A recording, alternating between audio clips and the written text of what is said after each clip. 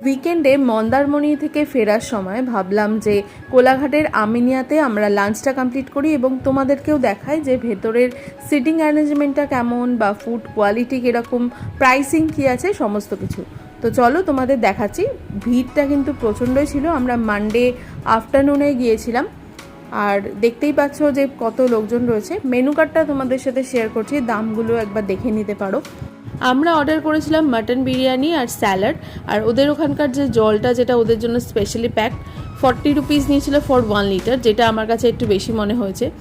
আর এখানকার food quality no doubt কলকাতার আমিনিয়ার তুলনায় অনেকটা বেটার। ক্রাউড দেখলেই বুঝতে পারছো যে মানডে আফটারনুনেও এত ক্রাউড। আমাদের টোটাল বিল হয়েছিল 1069। আমাদের ফুড এক্সপিরিয়েন্স কিন্তু খুবই ভালো। তোমরা যারা এখানে অলরেডি একবার এসেছো, এক্সপিরিয়েন্স করেছো, তোমাদের এক্সপিরিয়েন্সটা কিন্তু কমেন্ট বক্সের মাধ্যমে আমাদের সাথে শেয়ার করো। আর ভিডিওটা ভালো লাগলে অবশ্যই লাইক, শেয়ার, সাবস্ক্রাইব করে